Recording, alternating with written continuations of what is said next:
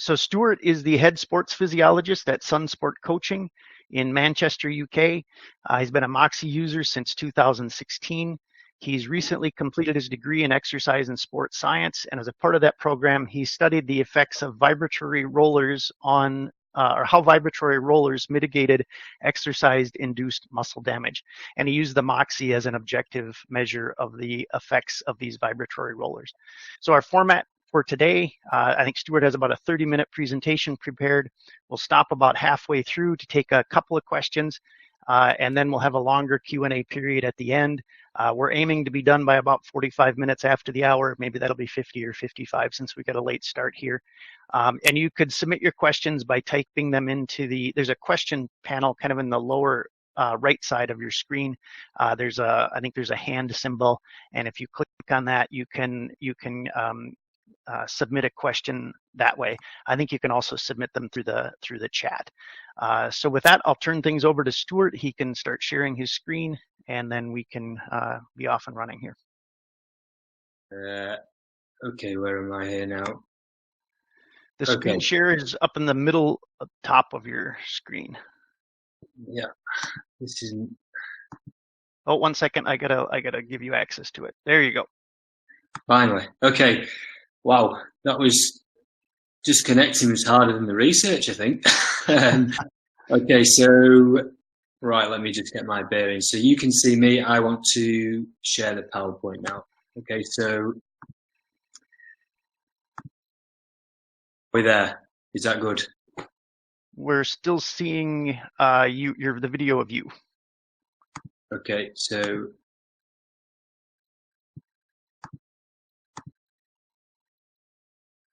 There, now we just need to get your PowerPoint on the screen and we'll be good to go. That's it. Very good. Hang on. Okay. Is that working? Yes, working okay. Great. Right, okay, sorry, I apologise for the delays. No idea. Myself and Roger tested all this and it works seamlessly. And then, of course, we go live and we have a disaster. So apologies for that. Yeah, so thanks for joining us. Thanks, Roger, for allowing me to present the findings of my research today. Hopefully enjoy the presentation. Again, sorry for the delay. Roger's just briefly introduced me. I'm based in Manchester, in the United Kingdom. I'm a sports scientist. I do high-level performance testing with endurance athletes and one-to-one coaching with individuals, making training interventions, planning their training, that kind of thing. I work with athletes inside and outside the UK, beginners right through to elite level, and I also do some consultative work for a couple of other businesses here and there. So yeah, that's enough about me. So this is my research and webinar. So Roger's already briefly introduced it. It was the final part of my undergraduate study, and the title is here: The Effects of Vibration Therapy on Blood Flow and Muscle Oxygenation Following Exercise-Induced Muscle Damage. So a little bit of a mouthful, but hopefully I'll help you to understand what the research was about. But I think the main point is about Moxy and NIRS and how I use that in a slightly different way than maybe anybody that's listening has used their Moxy sensor so far. But I'll run through the study in a logical order to try to help you understand more about how the Moxy fitted in with that. So that said, let's get going. So as always, we have some learning objectives. So I'm just going to briefly talk about exercise-induced muscle damage. It's important that you understand all elements of the research, I think, to fully understand how I integrated Moxy into that.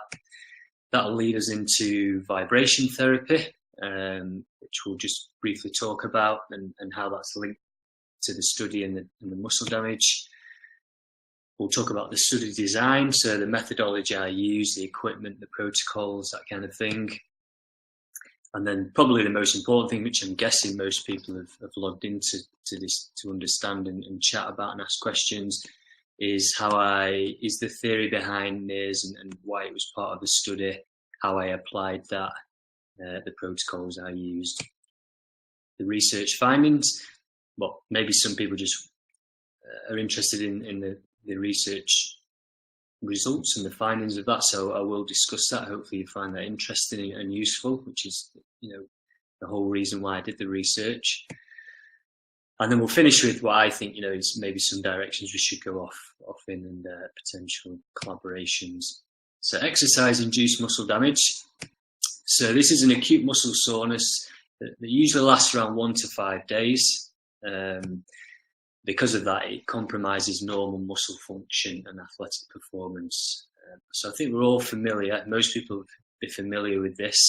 If you've ever done a novel type of exercise, or you've been injured or ill and you've not been in the gym for a while, or you try something completely different, or you return to something at a higher intensity than you should, then you do the training or you do the task, and then maybe you're tired after it, not so bad in the first sort of 12 hours, and then the next day you're starting to stiffen up. 24, 48 hours in, you can't move properly, and you know, it's pretty uncomfortable.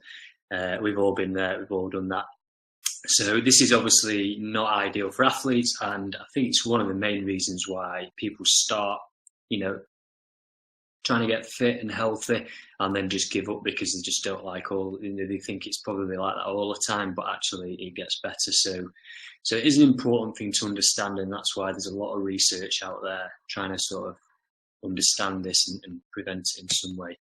So as part of the study, before I got onto the question, you know, we do a bit of a research of the literature and try to understand what causes this. So there's a huge amount of study out there that talks about exercise-induced muscle damage, and you know, I advise you to go and read that if you're interested. I'm not going to kind of go into too much detail. I'm going to keep it to my study. But I think what most of the studies out there agree, and a lot of the good studies and research, that the underlying cause, or one of the driving factors behind exercise-induced muscle damage, is it's generally from a novel type of exercise, so something you've not done before, you've not done for a long time, and it's usually the eccentric muscle contraction of that exercise that causes the problem. So in case you're unfamiliar with what an eccentric contraction is, there's a little diagram here. So it's kind of when the muscle is producing force, when it's lengthening, when it's getting longer. So you would kind of maybe do the opposite of a bicep curl. You would resist the force as you're lowering the dumbbell. Other ways, like downhill walking, downhill running, is another way that we induce this muscle damage. Sit-ups are classic. You do sit-ups for the first time in ages. It's that eccentric movement that causes the problem. There's lots of other reasons. There's lots of other research that is in totally different areas than I was looking at, that suggests the reasons for what causes this muscle damage. It's a bit beyond the scope of the webinar to go into the ins and outs of that, so I'm not really going to talk about that. But there's, you know, people are suggesting it's micro tears in the muscle, electrolyte imbalances, lots of different reasons. So I would sort of challenge you to go and read about those things if you're really interested in getting a good understanding of the topic, like I did for the study. But what became apparent as I read more and more research was that there was quite a large body of really nice, well-designed studies that looked at the blood flow and oxygenation before and after muscle damage, and a lot of that shows good objective evidence that's compromised in some way. So that was the first thing that really interested me. So I went off on looking at that research in particular, and some of the reasons, lots of different types of research using different equipment, different protocols, different populations, but generally some of the reasons they were suggesting in some really nice studies was that in some way the vessels that are attached to those muscles, that service those muscles, are in some way compromised, so the capillaries or the arteries. So we see stiffening, reduced diameters, this kind of problem. And this is measured with all different types of equipment, sometimes NIRS, sometimes Doppler. So some really nice studies. Yeah, there's a big sort of suggestion that there's some kind of impaired flow of blood and thus oxygen to the muscle because of this damage, in inverted commas, to or changes, negative changes to those tiny vessels and even the larger ones that service those muscles. And because of that, obviously, the delivery of oxygen and the utilization of it at the muscle level is in some way compromised. So there's a lot of research on that, and it's good, valid research. So of course, as an athlete and as a health enthusiast, you're not really going to be wanting to experience this muscle damage, and we often refer to it as DOMS as well, just to make that point. So if you may be more familiar with delayed onset of muscle soreness, if I say either or, it's the same thing, and the research is meaning the same thing if you read any papers. So because of that, because athletes don't want to miss training, get injured, and normal gym goers don't want to be exposed to this, there's a huge amount of research trying to prevent this or help with speed up the recovery from it.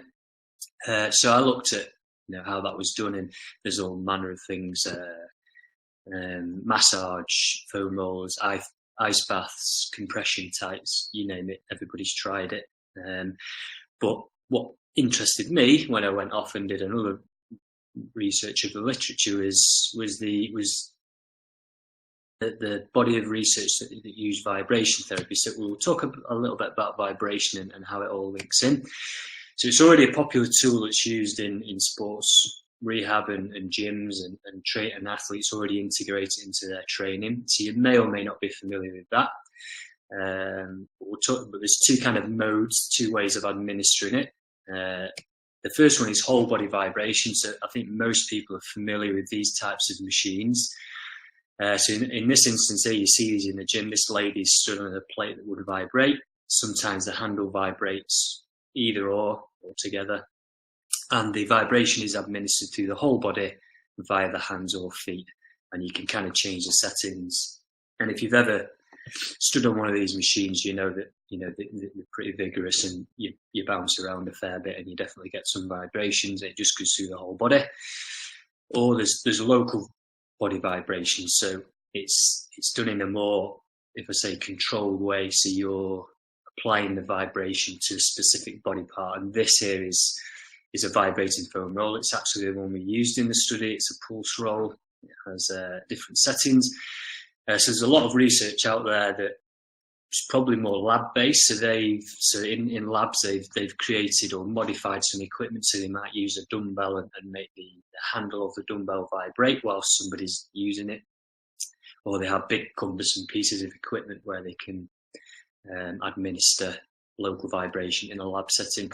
This type of equipment is now available to individuals, which makes it really interesting, because studies are great, but this is one of the whole problems, bridging that gap between what we find in the lab and actually in the field, and that's possible with this type of equipment. So it's a nice bit of kit, portable, fairly cheap, and we can self-administer the vibrations ourselves. So there's, again, a huge body of research on vibration, and I'm not going to go into too much of that because a lot of it isn't even related to exercise-induced muscle damage, but I'll just give you an idea of what they're suggesting vibration can do.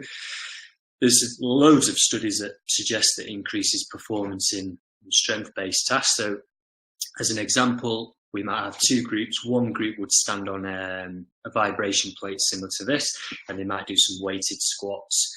And another group would do the same exercise on even the same machine and just not vibrate it. And then maybe after 6 to 8 weeks of training, the group that did the strength-based task with vibration had a significant increase in strength versus the ones that didn't. So really interesting.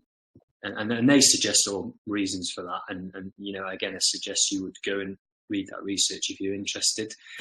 But again, within that whole domain, there was a body of research that I was really interested in that measured blood flow and oxygenation during vibration therapy. So whether it was whole body or local.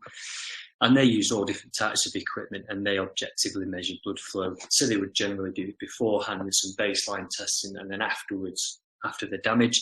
And they were finding, actually, a lot of it wasn't even connected to exercise-induced muscle damage. They may just get somebody to stand on a plate like that and then measure blood flow before and after. And what they were finding, or a lot of the really nice studies, was showing that the vibration in some way modifies vasomotor tone. So it's sort of creating a localized peripheral vasodilation, and we were getting extra blood and oxygen. So then you have all research branching off that, trying to understand how that could benefit. And that was what really interested me, and what got me into kind of this vibration, because it's been shown to be effective at increasing blood flow and oxygenation to peripheral tissues and muscles in particular.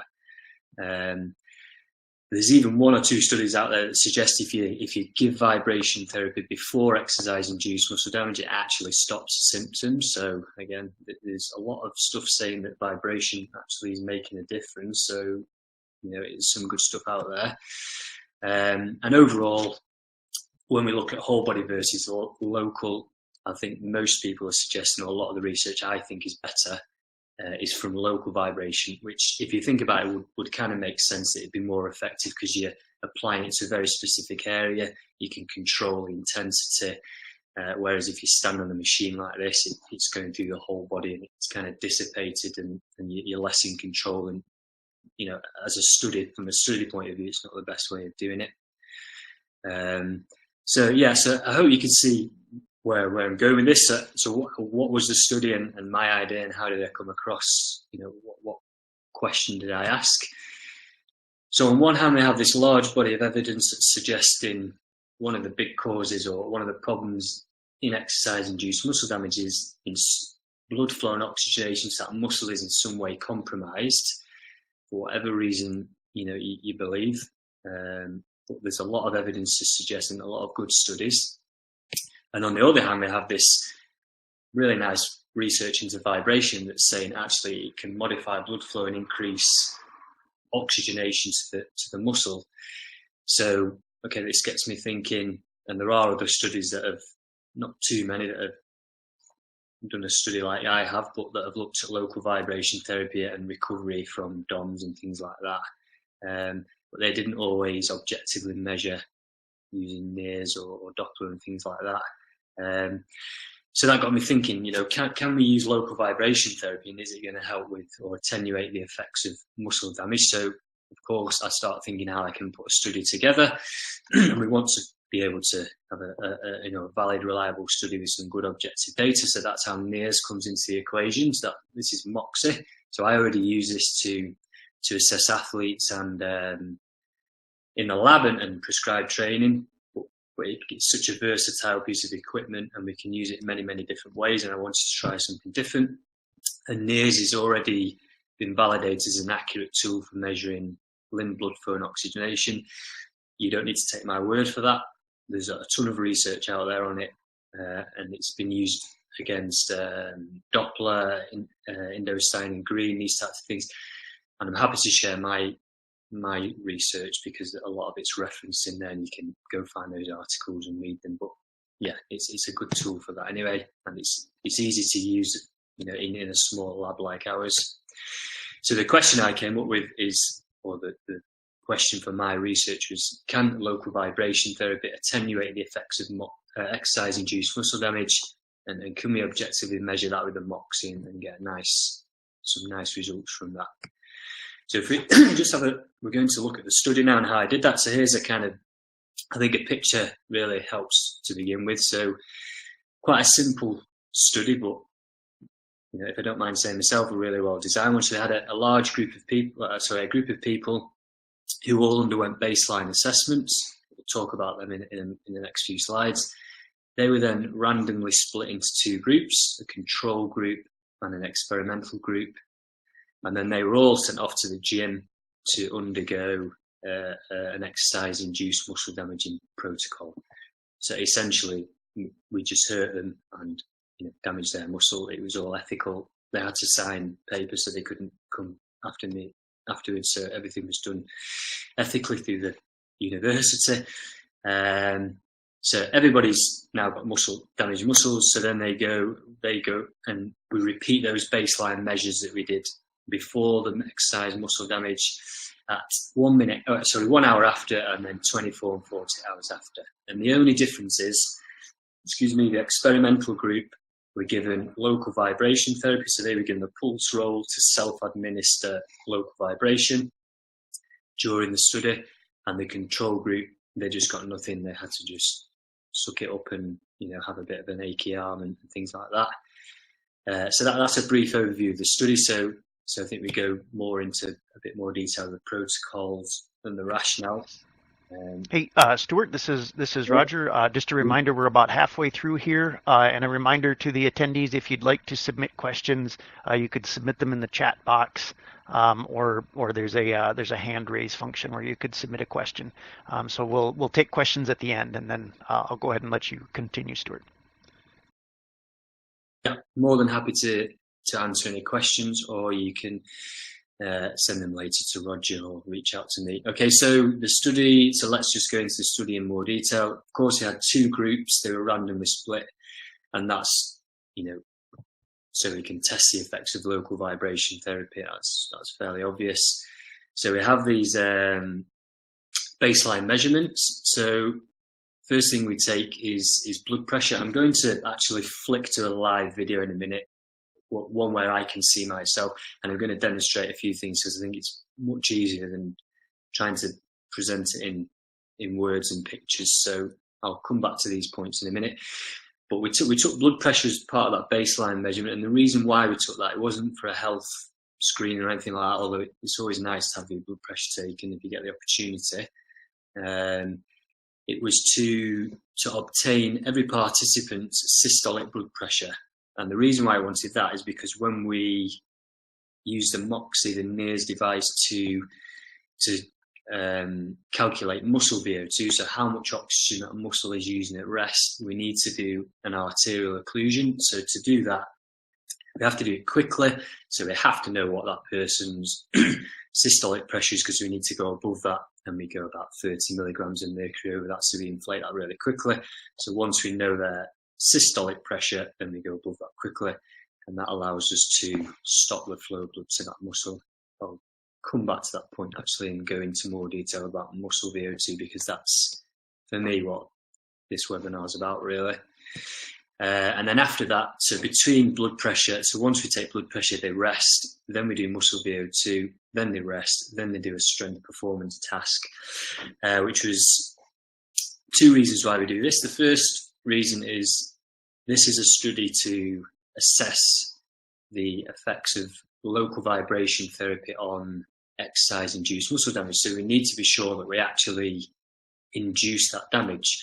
And think back to the earlier slides, we know that one of the big problems with exercise-induced muscle damage is loss of power, loss of range of motion, inflammation, swelling, soreness, you name it. So we see a drop in performance and force output power with muscles that have got DOMS or muscle damage.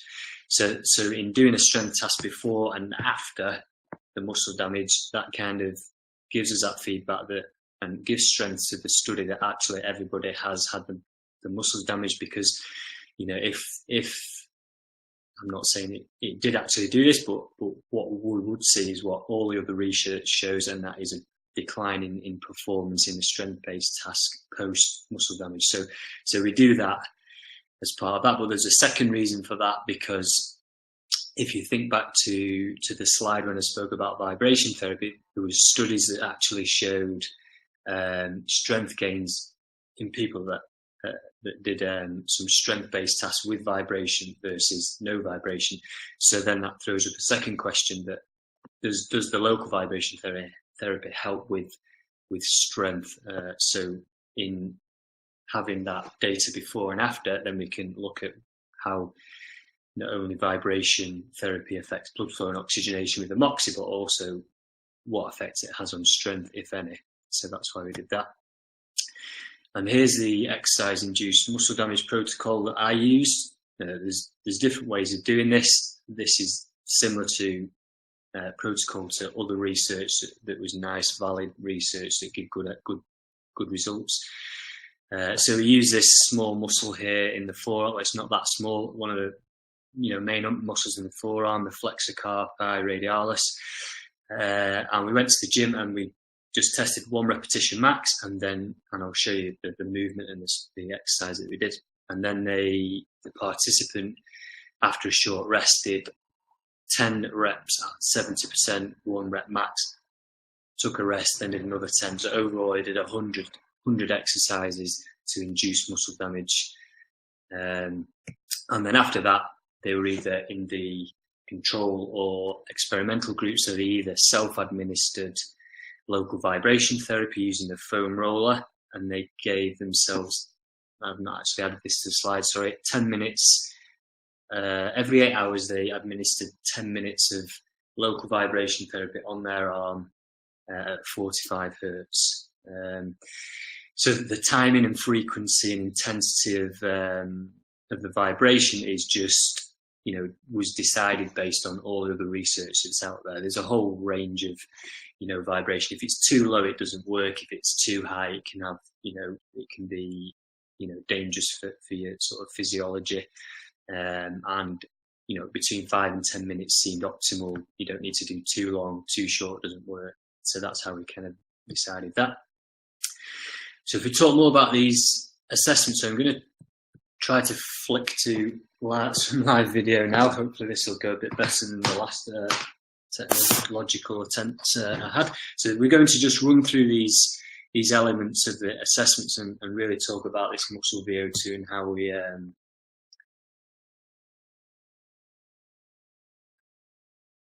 so Roger, you might just need to come in and just confirm you can see me there.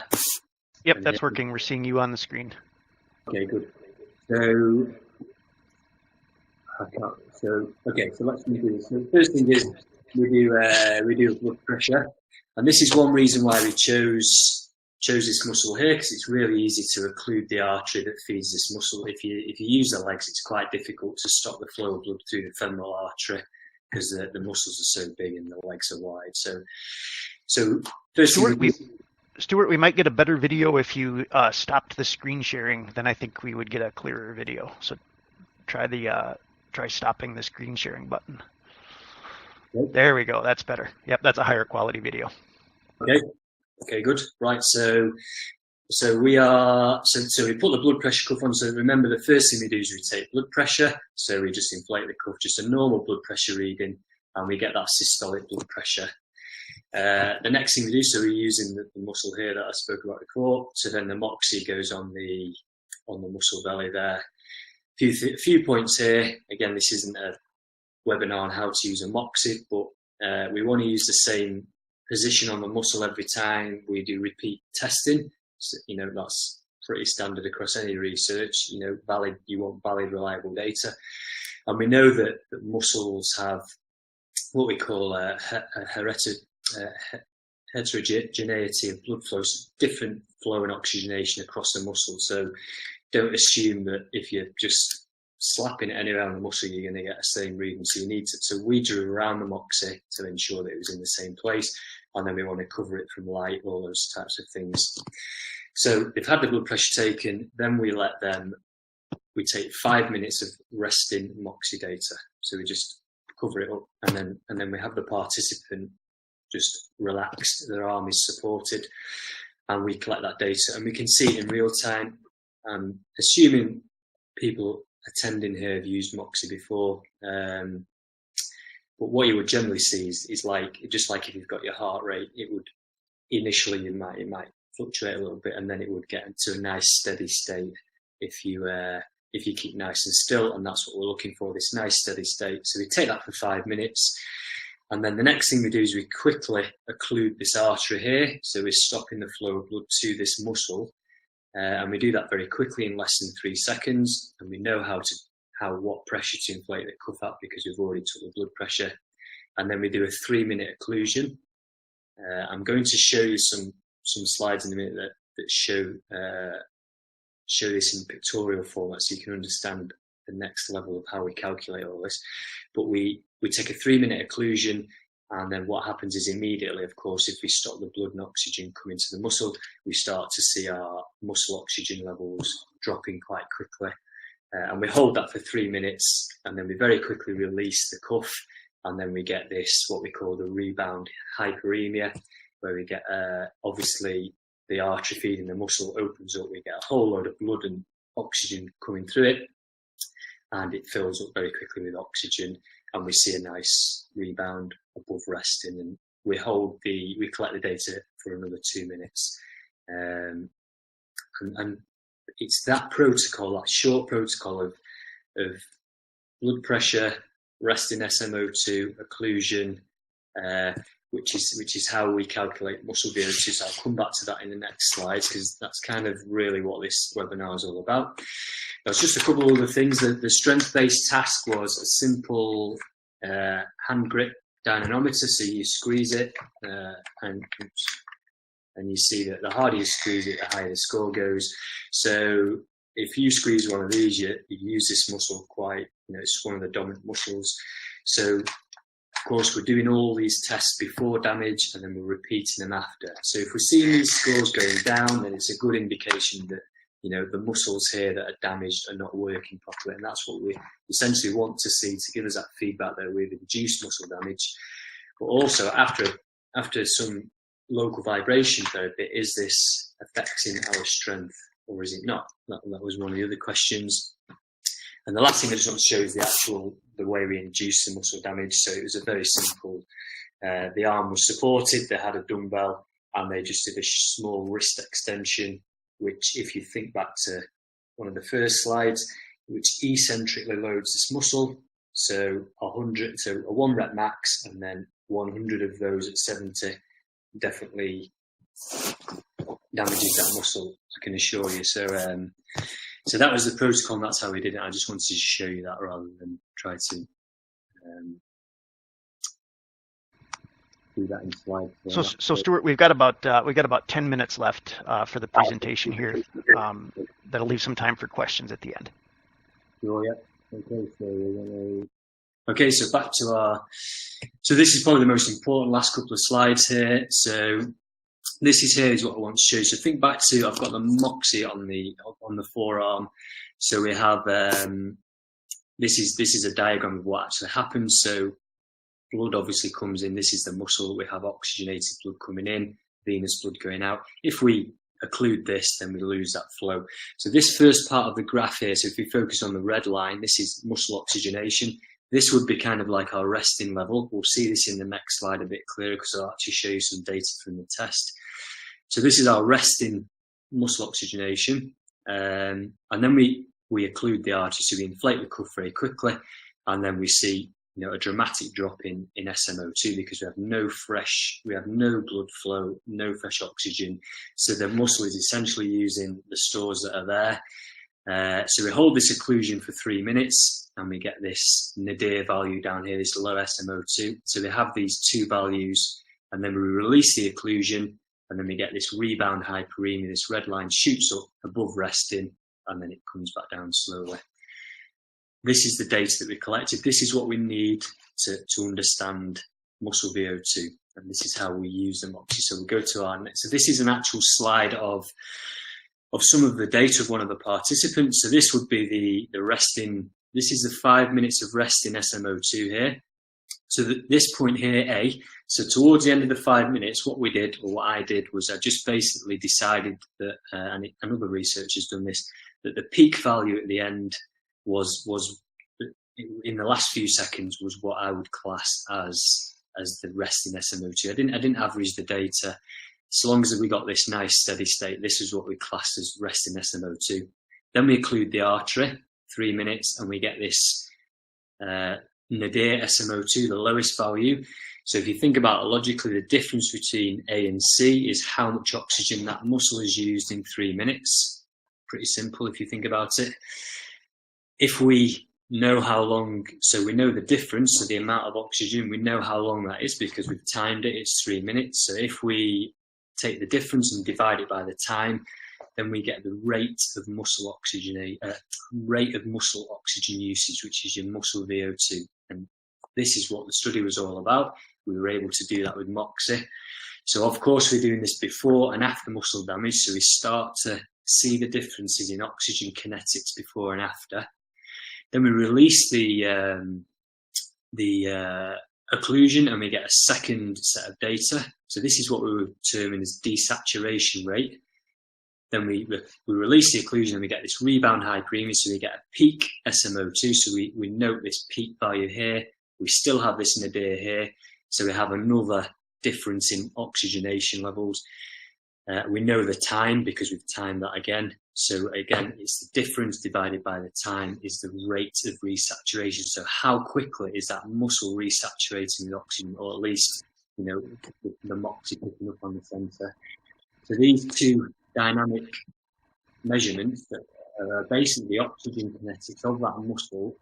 And then if we look at it before and after exercise-induced muscle damage, then we can start to see if things are changing, and that's kind of what the whole study is about, and that's how we use Moxy. And so, Stuart, just one clarification on the time frame for the occlusion. The time frame for the B, was that 3 minutes or 3 seconds? 3 minutes. This is 3 minutes. Okay, yep. Just a clarification that someone asked. All right, thank you. 180 seconds. You can take. Roger will have a paper. You can take that and read it. It's really clearly there. So this is 180 seconds. Yeah. And again, that's just based on previous research. It could have been shorter, it could have been longer, so long as it's the same each time, and you know, you give yourself enough time. So if we look at an overview of the results, so and we're comparing before and after damage between the groups, so vibration versus non-vibration. So resting SMO2, so this peak value here, this resting, there was no significant difference between groups, so we didn't really see any difference. And when we talk about significance, it has to be tested statistically. There was no difference there. So for all intents and purposes, resting muscle oxygenation didn't change before and after at any point. The desaturation, so this rate of desaturation, there was a significant increase in both groups at all time points. So both groups after the muscle damage saw muscle oxygenation, the muscle VO2 increase. So the muscle is, what I'm saying here is the muscle is using more oxygen at rest when it's damaged than afterwards. And if you understand the research and all the stuff that they're suggesting, this would make sense, because in some way, whatever you think, that muscle is damaged. So in my mind, at least, there will be a lot of a higher metabolism, a lot more reactions going on there in an attempt to repair that muscle. And the Moxy showed that really nicely. So that was good feedback that, yeah, it was in line with what other studies were saying, and we saw that clearly with the Moxy. There was a significant increase in both. So the muscle is wants and needs more muscle, and after the damage, and we measured that and recorded it, and it was a great piece of data to collect. The next point is the resaturation. So how long did it take to resaturate his peak? And this for me was probably the most significant thing. There was a significant increase in the experimental versus the control group at all time points. So what I'm saying here is, after we'd induced muscle damage,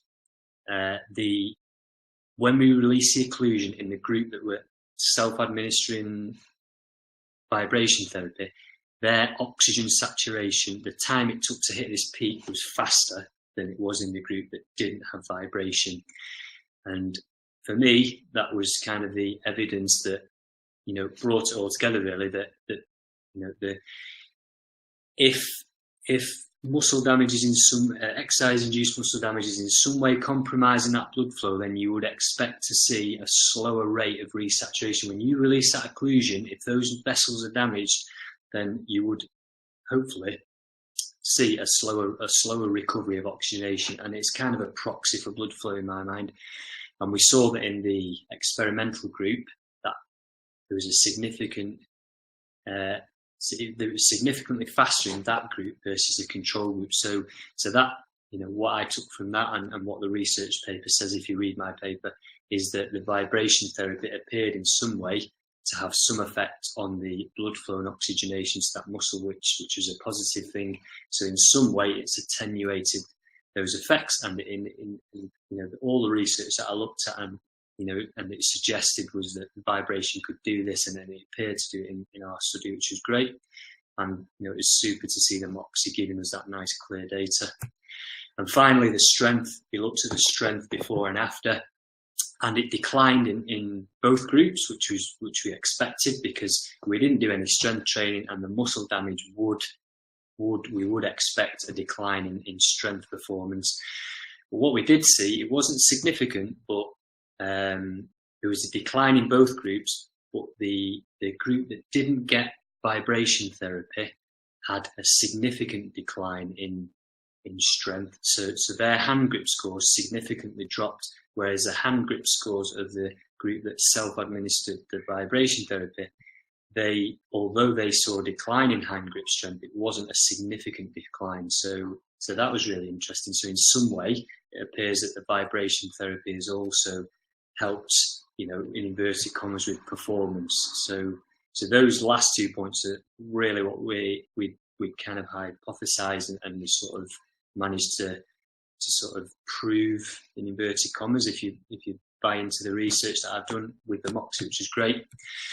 So what does all that mean? So I'm going to stick my neck out here and say that local vibration therapy appears to improve recovery or attenuate the effects of exercise-induced muscle damage, which would potentially reduce the risk of injury and illness if you're an athlete or a fitness enthusiast.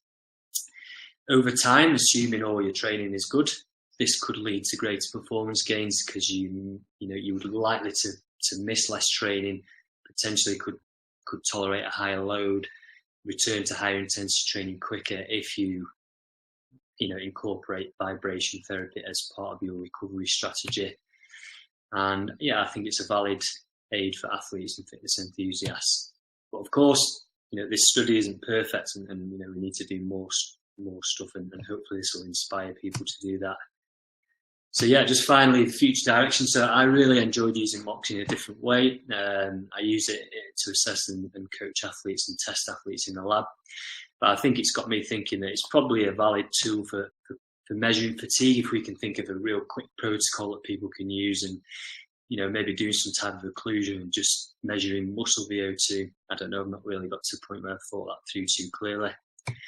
And I think, I'm hoping that people watch this and who have watched it, and it inspires them to maybe reach out to Roger or myself or other people and get some minds together and a network, and we can all, move forward and use this technology to improve and really build on what other people are doing and what I've done. So thanks, Roger, for allowing me to present this, and I'm glad we managed to do that after the disastrous start. So thanks for that. Yeah, thank you for presenting that, and thank you for the attendees for persevering with us.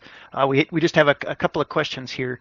Was the SMO2 corrected to resting baseline measures, or did you compare SMO2 raw values?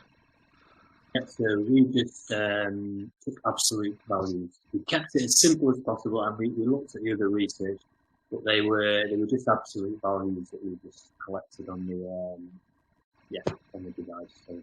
Okay, very good. And then one more here. Did you observe an occlusion nadir plateau indicative of a full occlusion? In my experience, we've needed to go to 180 millimeters mercury to completely achieve arterial occlusion. Sometimes this takes more than 3 minutes. The graph looks like SMO2 is still declining at the end point of the occlusion. Yeah, it's a good question. So I thought about this quite a lot. So we did some practice before we had the participants, and you're quite right. Sometimes you occlude the artery and things don't always do what they're supposed to do. When you look at these graphs, you think, it's easy just to occlude the artery, and it doesn't behave in the way it should do. And we were finding we really had to put quite a high pressure on some people to even occlude the artery. But I think, I know what you're saying. Are we waiting for a plateau at the bottom? But I think what I was trying to achieve there with that measurement, and why I made the decision, I was thinking, okay, we wait for a plateau, but then you end up with people having all different time frames, and sometimes you don't get a plateau, sometimes you do. So to keep the data sort of more valid, I wanted to keep the time frame the same. So all I'm doing is I'm testing the same part of the muscle testing the same participant and doing the same protocol over the same time. So, if everything's equal, then if I'm looking at the changes in 3 minutes, then in my mind, that's a valid way of objectively measuring the rate of change. If I keep that the same, we could have done we could have stopped the occlusion, like you say, if it bottomed out, but that it made the study design sort of grew arms and legs, and I think that wasn't what we were trying to. We weren't looking for it to completely exhaust the oxygen in the reserve. We were just looking at how much oxygen was used in 3 minutes. I think that's what okay. Very good. Let's see, one more question here. The roller I use has 3 intensity levels. Was the intensity of vibration one of the variables? Yes. So I think they've answered their own question. 45 hertz. So the pulse roll that we used has 4 settings. I just know that setting 2 is 45 hertz. I don't know what the other 3 are, but I know if you go up to the 4th setting, it vibrates quite a lot. I'm not saying that all the settings wouldn't have been effective, but we just used the same setting because that was right in the middle of the range that was most effective for what we were trying to achieve with vibration. So again, further study using different vibration settings, intensities would be useful. But if you know what equipment you've got and what setting, what hertz it gives, then you want to be in between 30 and 50 is kind of what the research says. The setting on the pulse roll is 45 hertz. Yeah. Okay, very good. Well, thank you again for the presentation. We will be sending out a link to the recording and a link to the entire paper, so people can review that afterwards. So all attendees and anyone that signed up will get an email with a link to that information. So thank you to everyone for attending, and we look forward to seeing you at our next webinar in a couple of weeks. And thank you again, Stuart. Yeah, thanks, Roger. Thanks very much. All right, take care, everyone.